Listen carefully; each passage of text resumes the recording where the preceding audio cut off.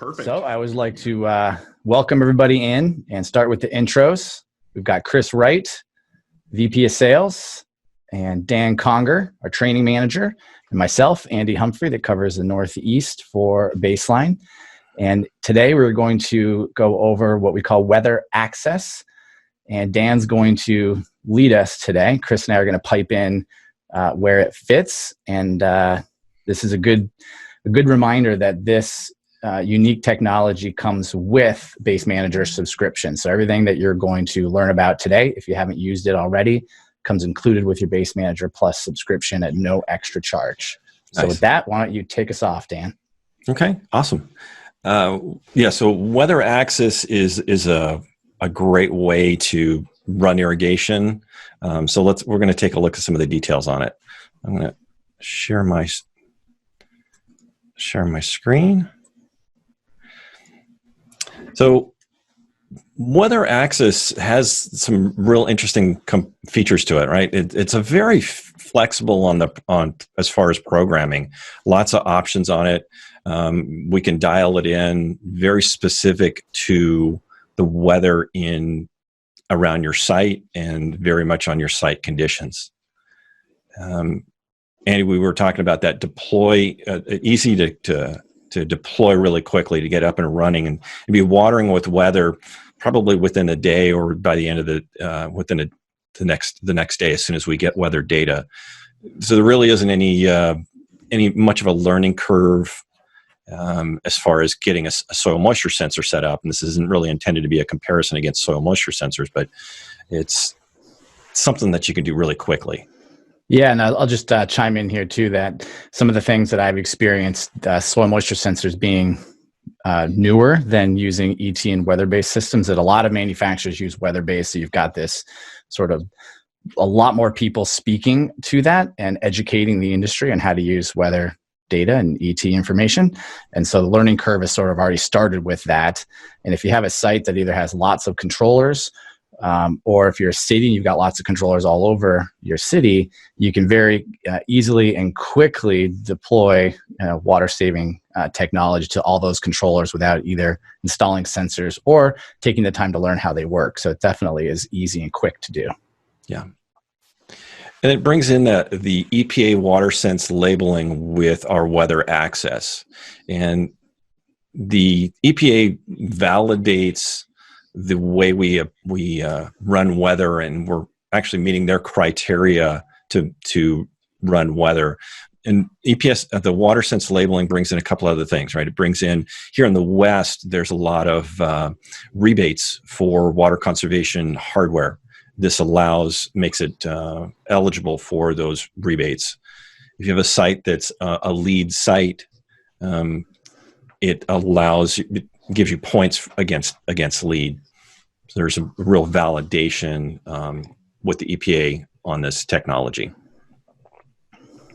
And then using soil moisture sensor and weather is just an outstanding idea to be able to combine those together. So now we've got two data points that we can pull to either run irrigation or at least to influence your decision. So I think later on I'll show you how to use weather and then to add in a soil moisture sensor and be able to use that data to influence your decisions.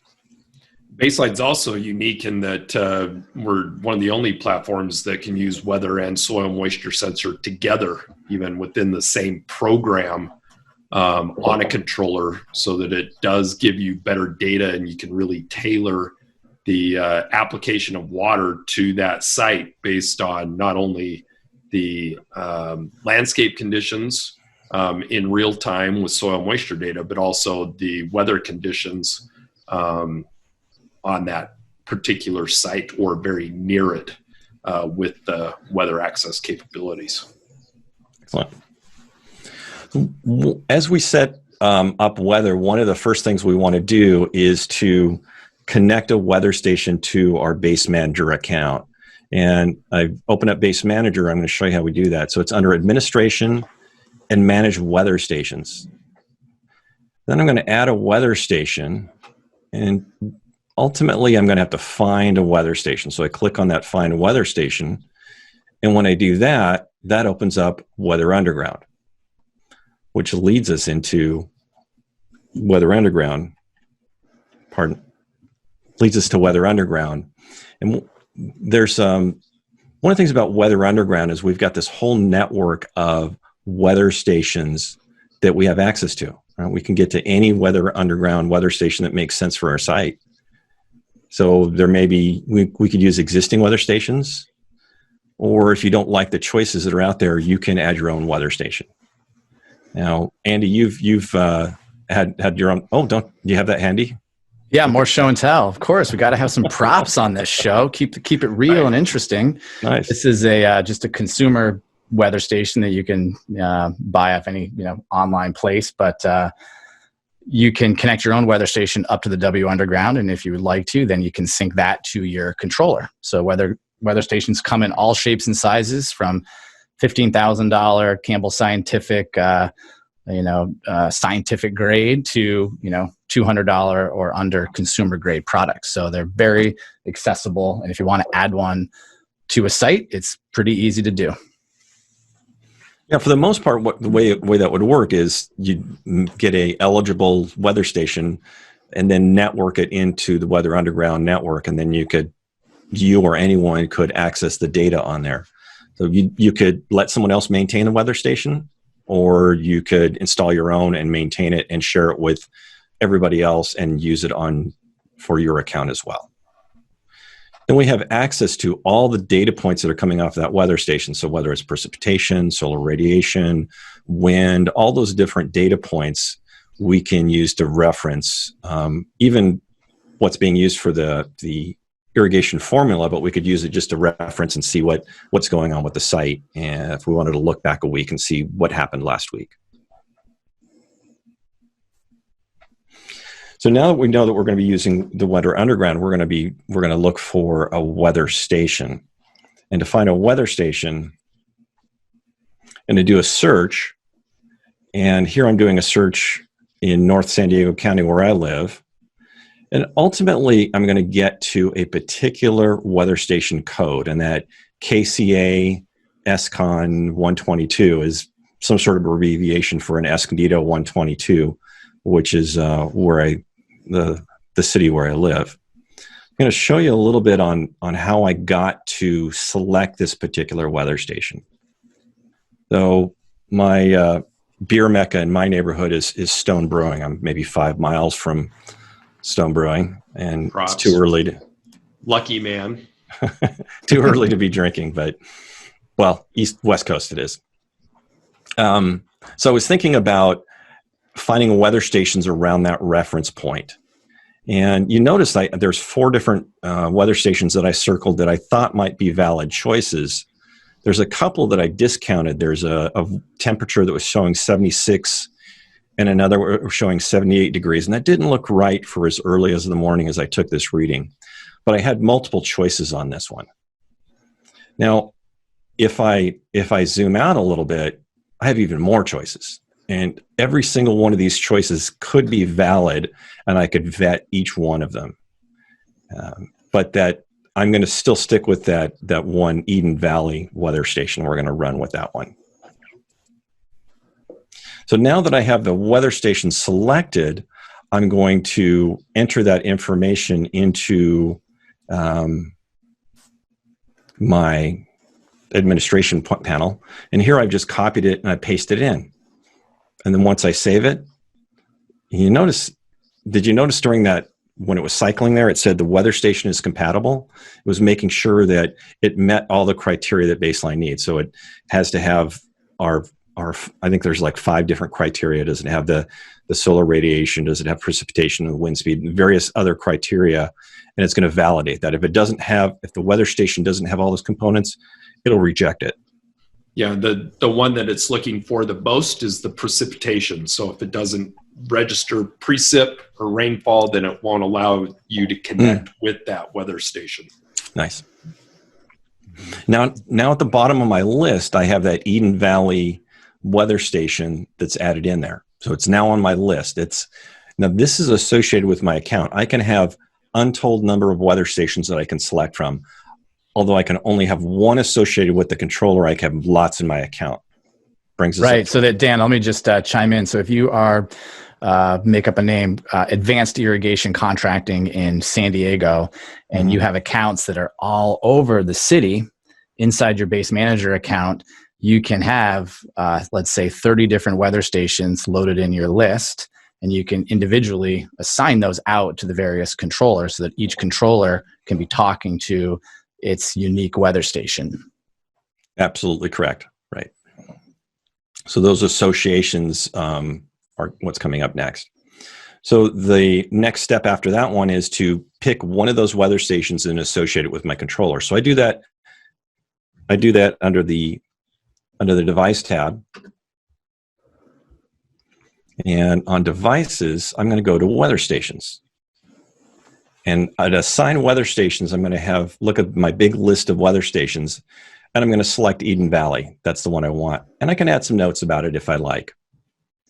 Now, once I save it, this is the weather station that I'm going to be pulling weather from for this particular controller. Okay, we got another step coming up. All right.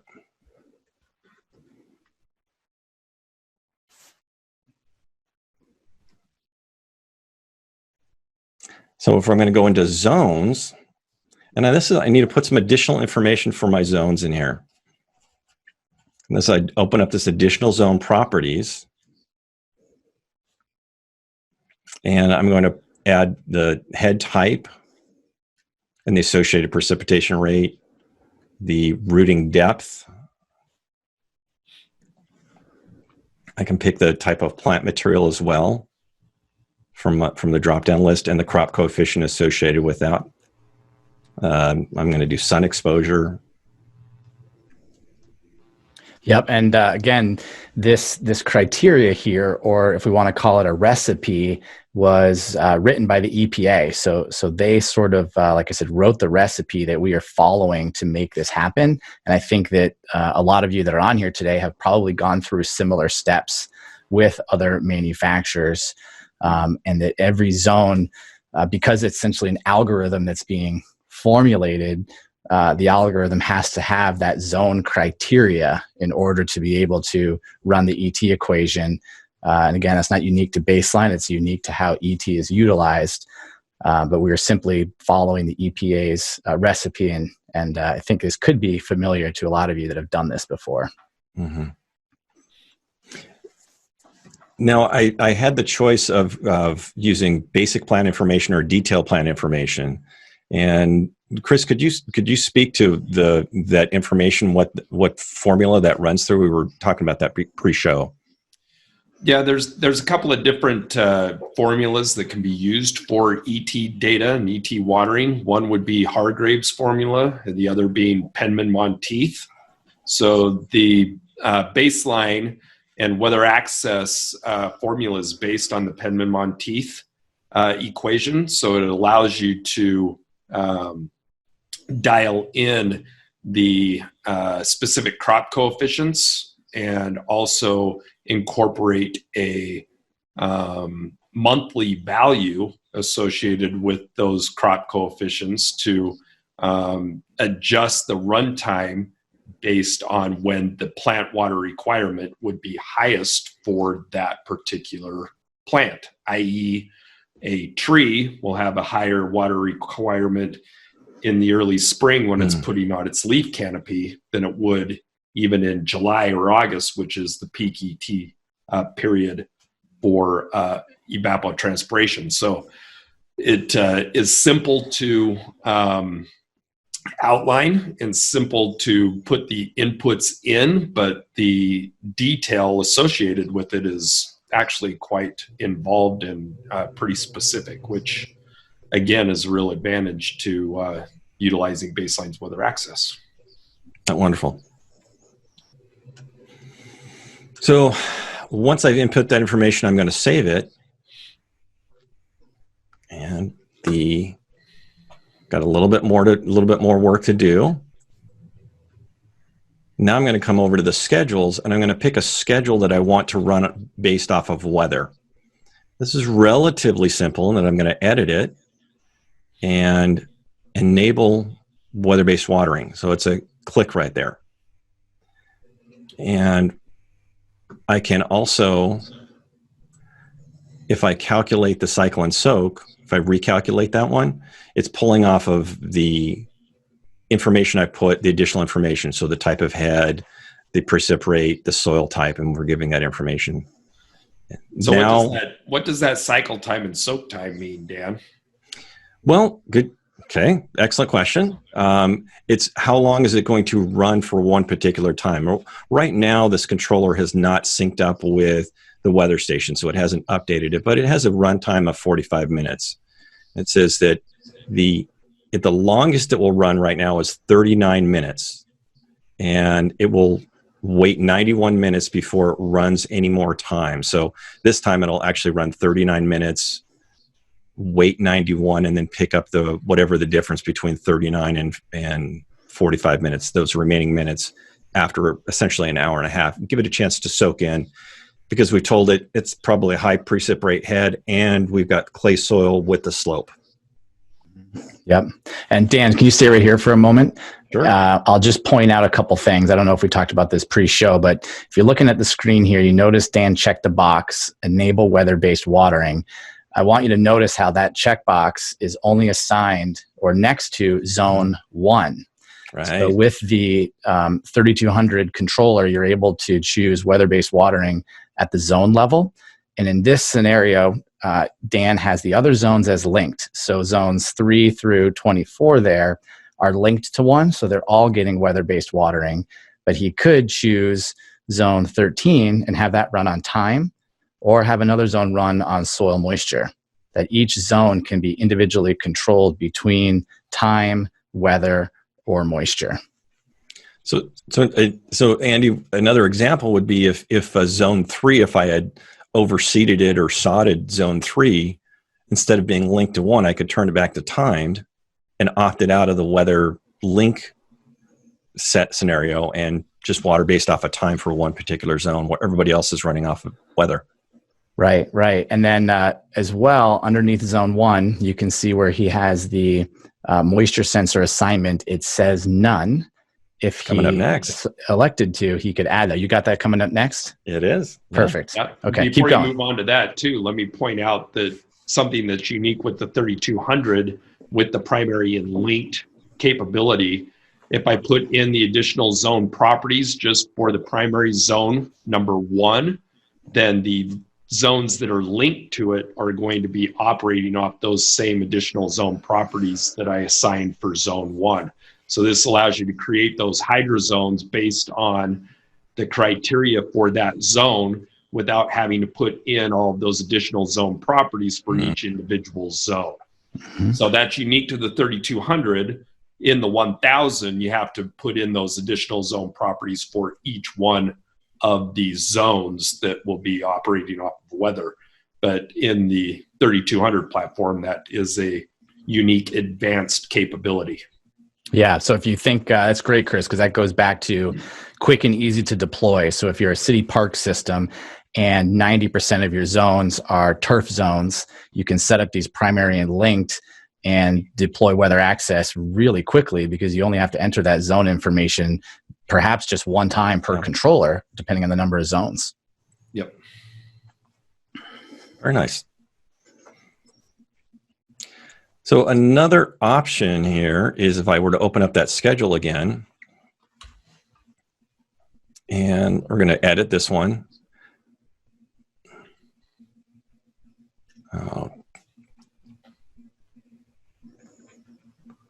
Excuse me.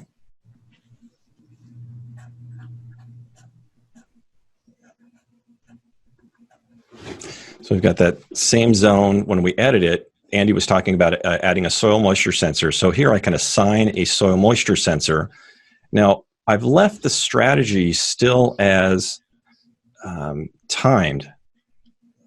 So and what's going to happen here is I'm going to pull information from the soil moisture sensor, but still water based off of weather. This allows me to get some information from my soil moisture sensor, and I can compare soil moisture sensor data against the weather input that's coming in.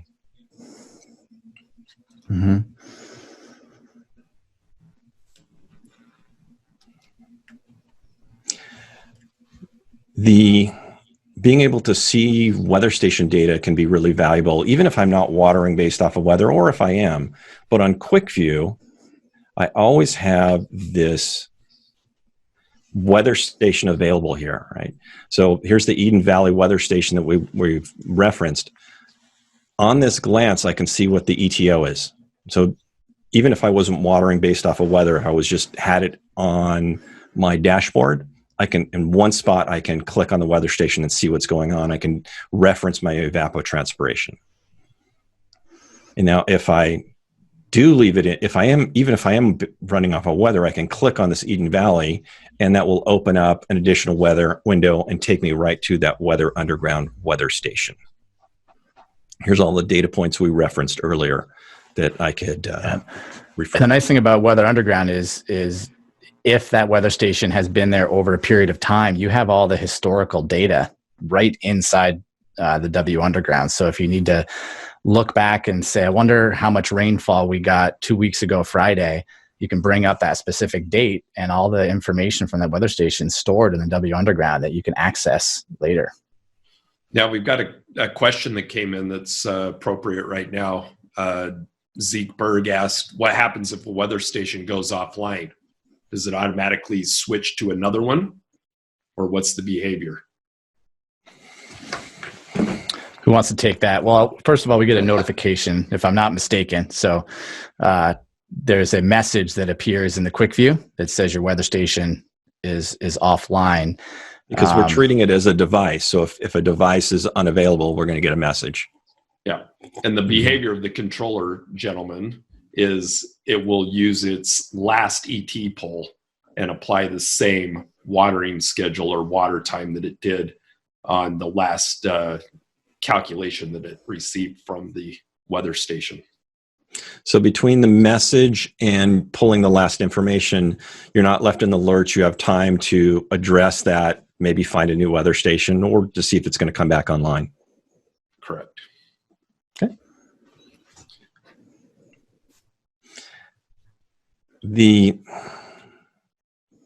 Now I don't have if I wanted to show my weather station directly on my map, here's another way I could do that. What I could do is create a custom marker. So if I go to Maps and Markers, and then scroll down to Custom Markers, and this is good for any custom marker. I'm going to create a custom marker for this weather station. So I label it WS for weather station, pick a color, type in a name that makes sense. Now this is the URL that I copied from the Weather Underground weather station. So I pasted that in there, and I'm going to put some notes in here. And then once I'm done, I'll save this custom marker, but it's not on the map yet. And this is the same with all the custom markers. Now I can add that custom marker to the map and save it. Here comes the fun part. Click on the weather station, clickable URL that takes me right back to that weather station, all from the map. So I have a couple of different ways to get to it. I can get to it through Quick View. If you find yourself using the map more, adding an icon to the map might make a lot of sense for you. Awesome. So that gets us through the bulk of that. Yeah, we've had a couple of interesting questions that have come in, both in regards to using weather and soil moisture at the same time. Mm-hmm. So the first is on the 1000, can you use weather and sensor in the 1000? Ooh. Yes, you can. You got to be a little bit careful about how you do it. And depending on what the goal is, I know, Chris, you've done it one way and I've done it another way. Yeah. I've used the sensor as a stop device. And so because the weather doesn't know how much water is actually in the ground, you can set the sensor at the, say, field capacity, so that if the soil is at field capacity, it'll stop the program. Okay. And on the 1000, it's program specific. So on the 3200, you can use weather and sensor within the same program. On the 1000, you can only use weather or sensor on the same program. Okay. The other question is in regards to quote unquote conflicting data coming from the weather station and the soil moisture sensor. So it may not be termed conflicting data. So both instruments are measuring ET, they're just measuring it in a different way. So weather station is measuring ET as a weather environmental condition. The soil moisture sensor is measuring ET as soil evaporates from or moisture evaporates from the soil and moisture transpires through the plant material.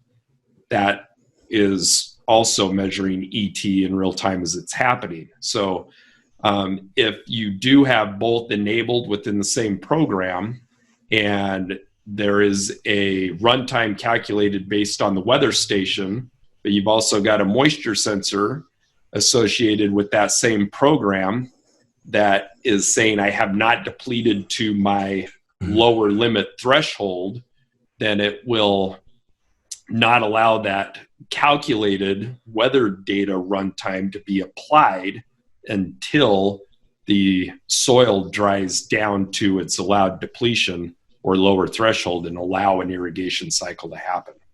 So in that scenario, you will have compiled runtime for weather data that could, turn into a couple of days or 3 days. But when it does come time to irrigate, it won't apply more than 1 inch of water if it's calculated or accumulated more than that from the weather data. So there is intelligence built into it so that it won't create a runtime that is exceptionally long or trying to apply too much water than the soil can actually intake given a typical runtime. Mm-hmm. Don't be shy. Got a couple minutes left. If anybody wants to throw one out, toss us a good one. Brian Wood wants to know about reporting. Can you expand on that, Brian? Anything specific? There is not currently a way to graph the ET, if that's what you mean by reporting. We can report run times, water usage, standard reporting data points, but we don't have a way to, say, graph ET over time currently, if that's what you were speaking to. But you will be able to see the zone runtime graphs and see the fluctuation and runtimes of those zones based on the ET runtime that was calculated. Reference those graphs, you'll see fluctuating runtimes based on that. And then you can also see a corresponding overlay of the soil moisture sensor graph if you've got one installed and assigned to that zone as well. All right. Well, if there are no more questions, we'll make this a wrap until next week, at which point, Dan, what are we going to be going over next week? We talk about site retrofits. We're going to look at a large campus and how they retrofitted into some baseline technology and upgraded their technology. Very cool. Large campus retrofits next week. So please join us again. Tell your friends to register to come along with us. And we look forward to seeing you next week. Yeah, we always appreciate your participation. Thank you, you all. Go out and be safe. Take care, everyone. Bye now. Cheers.